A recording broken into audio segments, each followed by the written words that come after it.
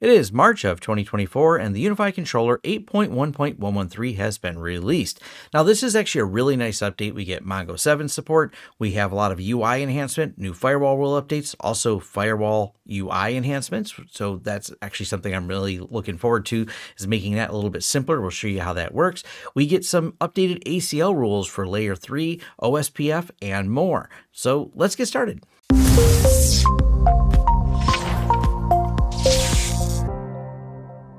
Are you an individual or forward-thinking company looking for expert assistance with network engineering, storage, or virtualization projects? Perhaps you're an internal IT team seeking help to proactively manage, monitor, or secure your systems. We offer comprehensive consulting services tailored to meet your specific project needs. Whether you require fully managed or co-managed IT services, our experienced team is ready to step in and help.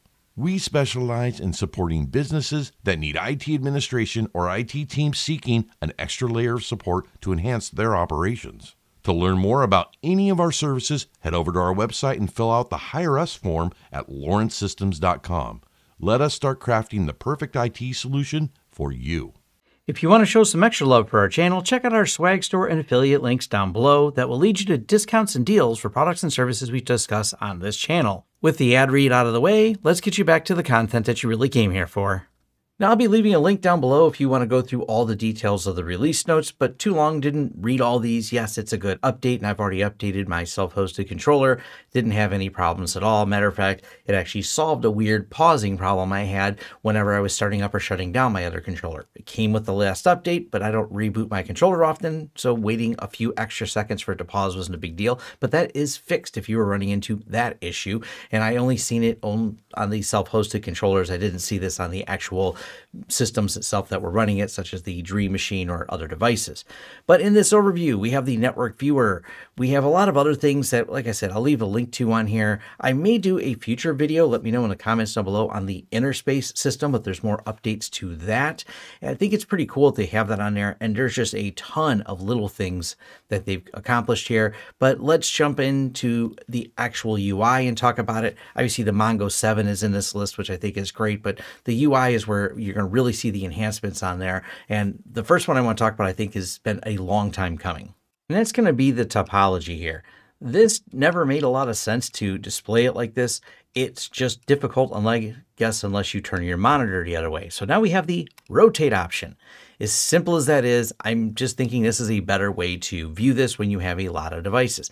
Of course, you could still go here and filter so you have not all of the clients and maybe just these devices that are actual devices attached to it, or maybe just the 2.4 clients. But nonetheless, I think this is a much better way to view this, having it on this mode right here where it's rotated. But if you want to, it still defaults to this way. So you can still view it the old way if it's your preference. Next thing I want to talk about here is the settings system. Then we go over to advanced. And it's this side panel tabs option.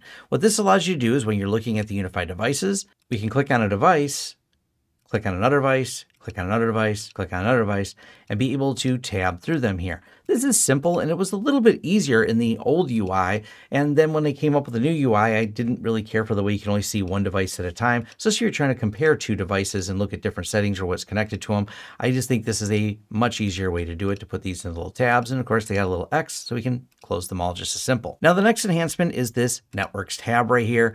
They have the AI detections. They have clearly jumped on the AI bandwagon because we need AI in here. Really, it's just a detection to see if there's some problems. Like if it notices there's a loop in the network, it will have that information displayed here.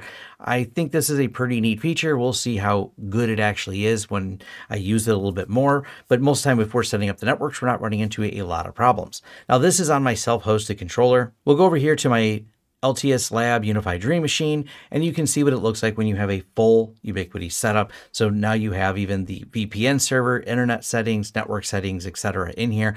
Even if you have the site-to-site VPN policy routing, all of those are in here. I think this is a nice tab so you can get an overview of what's going on with the system. Matter of fact, I think it's even more useful than the dashboard itself and could probably default as the new dashboard in my opinion. Now, while I'm in the UniFi Dream machine, let's go to settings, let's go to security. and look at the traffic rules. They now have the simple versus advanced to display all the rules or just do these simple rules. The other nice thing is we can do mouse over and see IP addresses that are in a rule. This is a big enhancement. I actually didn't update one of my other UniFi systems, so I can switch over and show you how the rules looked before. For example, I have to actually click and go into this rule to see any IP addresses on there. This is not ideal and one of the complaints I had before about how their rules look. So this actually makes it better because this is not the best rule layout.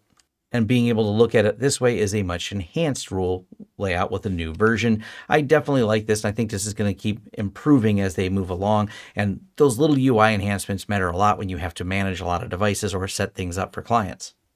Now let's go over here to networks, and we want to create a new virtual network, and we want to choose my lab wall mounted 24. This gives us the option now to go here, and we have the isolate network ACL option. So we can turn it on, and this will create isolated hosts on this particular network. It actually has some enhanced options that will also allow you to choose which networks, but there's not a lot of other fine-grained control. But my understanding from some posts in the forums is that is coming in the future. So once that becomes available, I'll probably do an updated video on it. But it's good to see that they're taking advantage of some of this existing hardware that has these features built in, but does not have the controls via the software to actually enable them. So that will be a future video that'll come out once this feature gets ironed out by the folks over at UniFi. Now I'm back on my UniFi Dream Machine. If we go to routing and we go to OSPF, well, we have OSPF here, and I think that's really interesting. This is not a feature that I've seen requested, at least not with most of the clients that we've talked to. When people need these more advanced options, we aren't steering them towards UniFi, but I guess that's because UniFi never had these features in the past. So I'm happy to see that this type of advanced routing feature is coming to UniFi, and I'm looking forward to the updates around it. Now, I will be taking a more deeper look at the UniFi firewalls here in 2024 because, well, these are all the things that I complained about in my previous firewall reviews of their videos that have now been addressed, which makes me really happy. The things that are still missing that I'm hoping to see UniFi come out with here in 2024 is going to be high availability. This is something that I was just talking to a client today. They wanted an HA setup, and I can't recommend UniFi for that, even though that's what they had. And they've also had some experience with some of the back and forth WAN failover, which I know has been buggy in the past with some of the UniFi firewalls. They just don't give you enough fine-grained control over some of those things. But I think these are things that they are able to work through. I like seeing all these enhancements to it. But hey, let me know what you think is your favorite feature that came out of this release of the UniFi update. And I've always loved hearing from you and your use cases, and I love consulting with people who use a lot of UniFi because I still love their switches and access points, and I'm really happy to see all the progress they've made around that. I like all the new devices coming out, so yeah, I'm still definitely a fan of the UniFi product line, despite my misgivings I have occasionally about business use cases for their firewalls. I still think they're one of the absolute best ones you can have for a consumer firewall for setting things up. I talked about like the UniFi Express. I still think that is one of the really innovative products they've came out with and released that just works well, auto updates, and checks a lot of boxes for people that are looking for just a good firewall for home use. That's a lot better than the garbage provided by your ISP, or even some of the generalized things you can find at the big box stores. Like and subscribe to see more content from the channel. Links down below, as I mentioned, to the full release notes, so you can go through all the details on there. If you want to connect with me on this topic or other topics you've seen on my channel, forums.lawrencesystems.com is the place to do it, and thanks.